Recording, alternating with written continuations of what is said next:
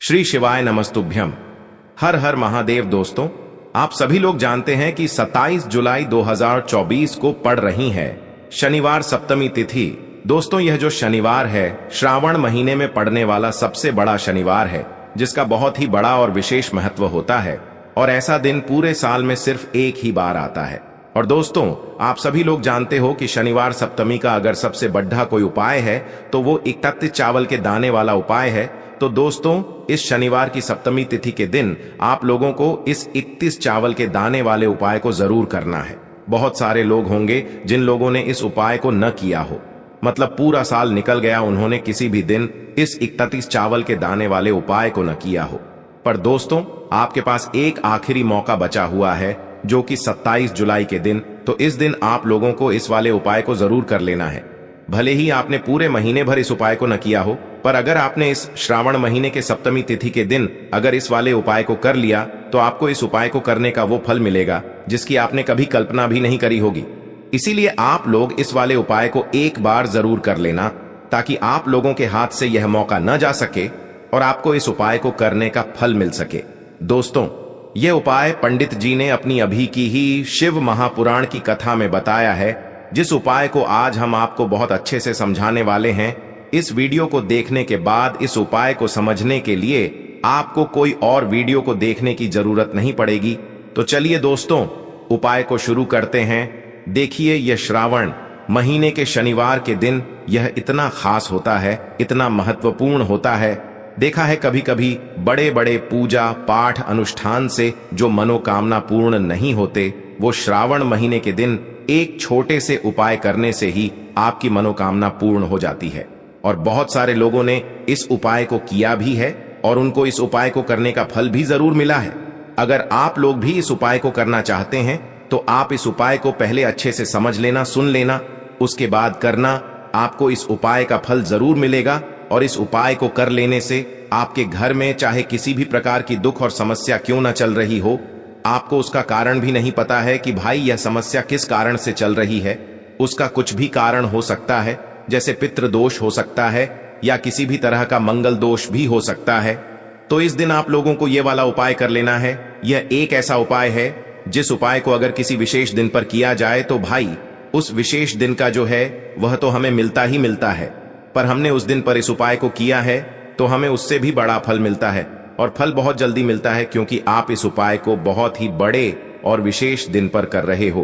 तो चलिए अब उपाय के बारे में बात करते हैं, लेकिन उससे पहले आप लोगों को यह जानना आवश्यक है कि आखिर यह उपाय किस समय करना है, किसको करना है और कैसे करना है। तो चलिए हम आगे आपको वीडियो में एक एक करके बता देते हैं। लेकिन उससे पहले अगर आप लोग हमारे चैनल पर नए हैं तो हमारे चैनल को सब्सक्राइब कर लेना और इस वीडियो को लाइक करके कमेंट बॉक्स में श्री शिवाय नमस्तुभ्यम ओम नम शिवाय जरूर टाइप कर देना। तो दोस्तों, इस 31 चावल के दाने वाले उपाय को हमें इस शनिवार सप्तमी के दिन कैसे करना है, किसको करना है, किस समय करना है और कहां पर करना है, ये सारे सवालों के जवाब आपको इस वीडियो में मिल जाएंगे। और जो ये वीडियो देखेगा भाई, उसको 31 चावल के दाने वाला उपाय जरूर करना चाहिए, क्योंकि इस दिन एक चावल के दाने का भी बहुत ही बड़ा और विशेष महत्व होता है।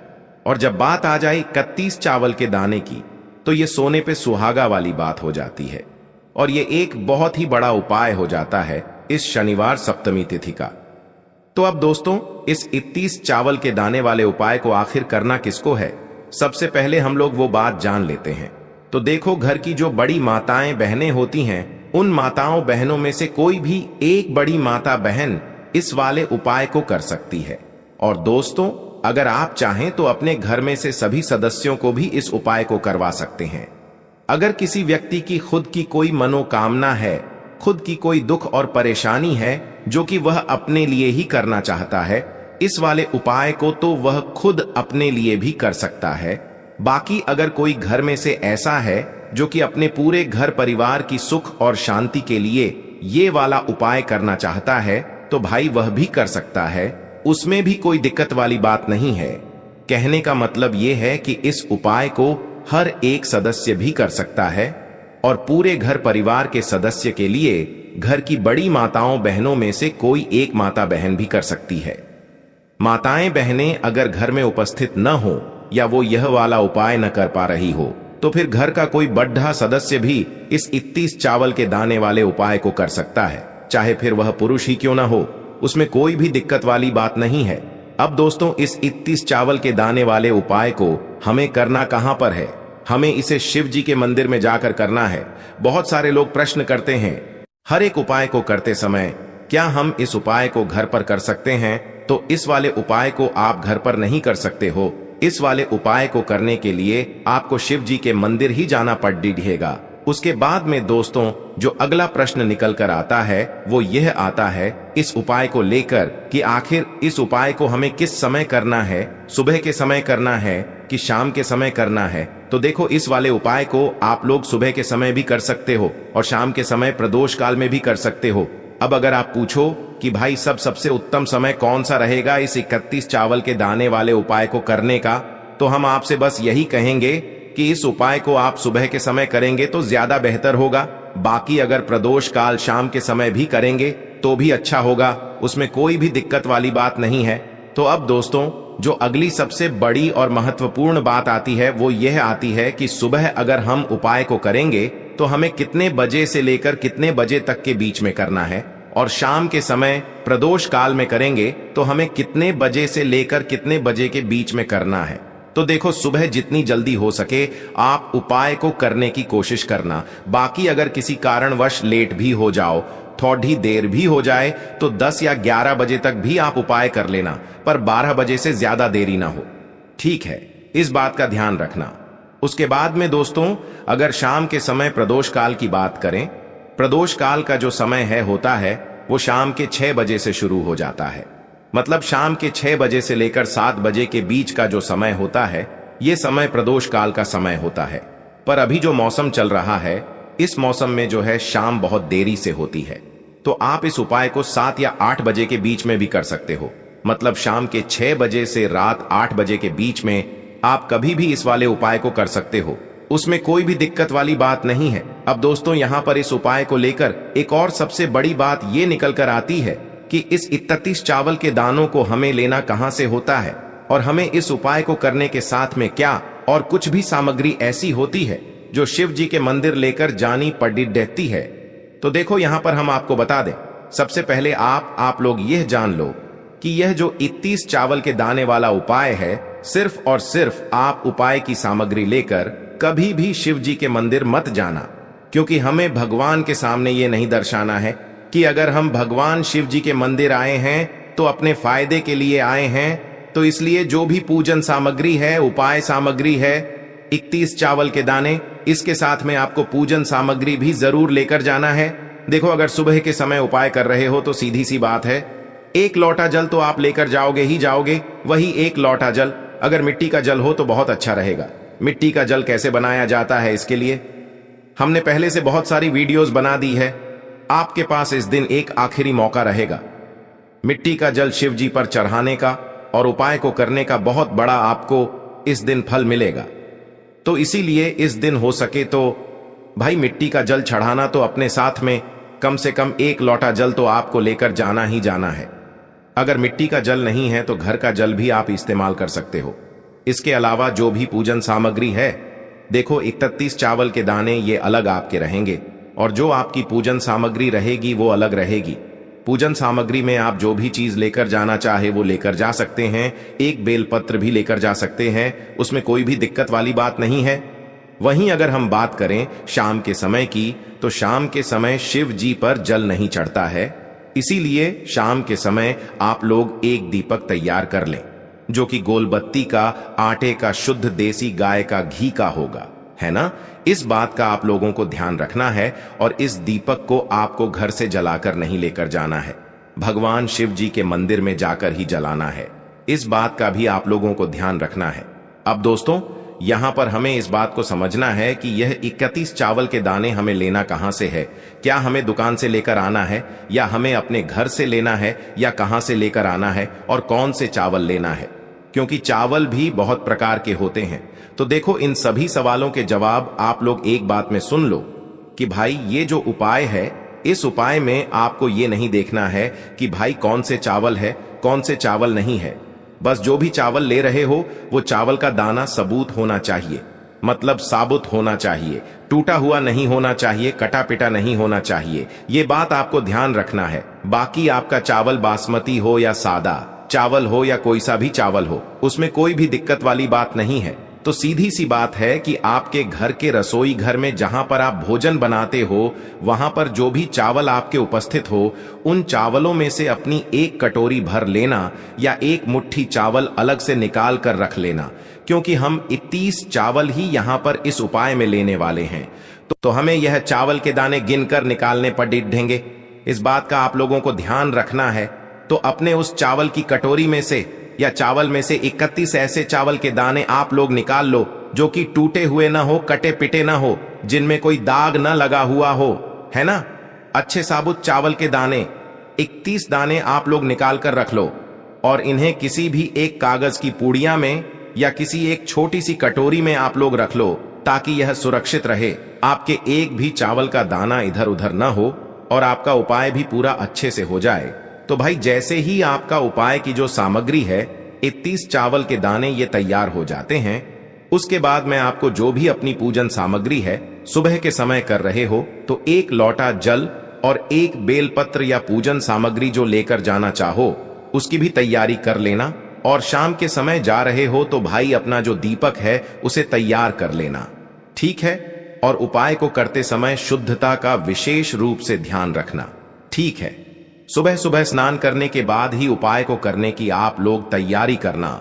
उसके बाद अगर शाम के समय की बात करें तो शाम के समय आपको स्नान करने की जरूरत नहीं है, पर शुद्धता का ध्यान रखना है। आपको स्नान तो नहीं करेंगे, आप हाथ मुंह धोकर भी इस वाले उपाय को शाम के समय प्रदोष काल में कर सकते हैं, इसमें कोई दिक्कत वाली बात नहीं है। तो आप अपने उपाय की पूरी सामग्री तैयार करके आपके पास ही में जो आपका शिव मंदिर हो वहां पर पहुंच जाइए।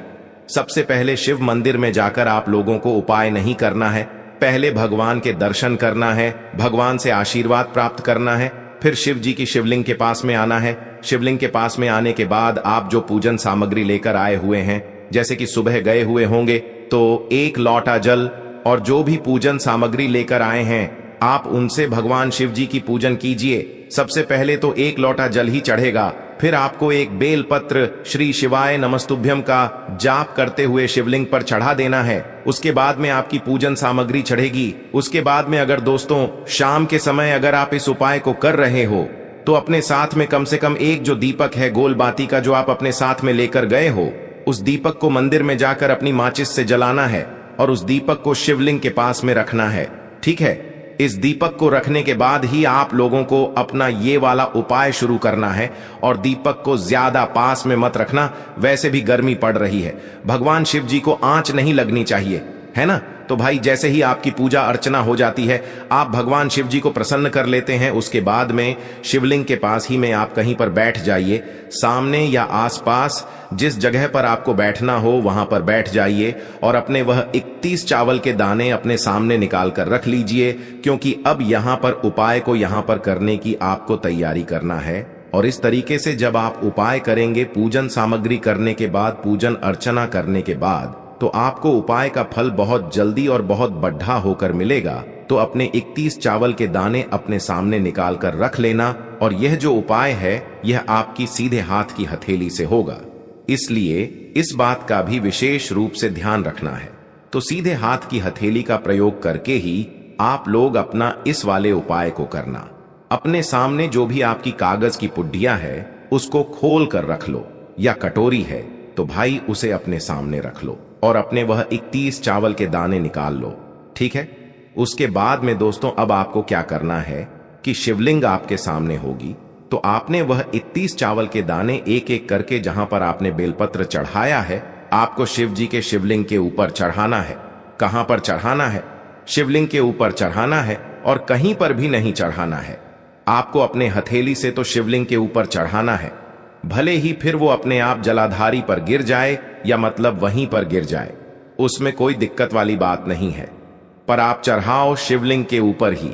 तो आपको क्या करना है, अपना पहला चावल का दाना उठाना है, श्री शिवाय नमस्तुभ्यम बोलना है और शिवलिंग पर चढ़ा देना है। इसी तरीके से दूसरा चावल का दाना उठा है, शिवलिंग पर चढ़ाना है और मंत्र बोल देना है। और फिर तीसरा चावल का दाना उठाना है, श्री शिवाय नमस्तुभ्यम बोलना है और चढ़ा देना है। इसी प्रकार से आपको पूरे 31 चावल के दाने एक एक करके शिव जी के शिवलिंग के ऊपर चढ़ाना है और भगवान से प्रार्थना करते जाना है। मतलब प्रार्थना तो आपको आखिरी में करना है, पर हर एक चावल के दाने को चढ़ाते समय श्री शिवाय नमस्तुभ्यम जरूर बोलना है। उसके बाद ही में यह चावल का दाना शिवलिंग के ऊपर आपको चढ़ाना है। जैसे ही आपके 31 चावल के दाने शिवलिंग के ऊपर चारच जाते हैं, तो भाई उसके बाद में आपको क्या करना है, भगवान से अपनी मनोकामना बोलना है। मनोकामना भी कब बोलना है, जब आपका 31 चावल का दाना आपके सीधे हाथ की हथेली में हो और आप उसे चढ़ाने के लिए जा रहे हो। श्री शिवाय नमस्तुभ्यम बोलकर उस आखिरी चावल के दाने को शिवलिंग के ऊपर चढ़ा देना और भगवान से फिर अपनी वह मनोकामना बोल देना, जिस मनोकामना के लिए आप लोग अपना यह वाला उपाय कर रहे हो।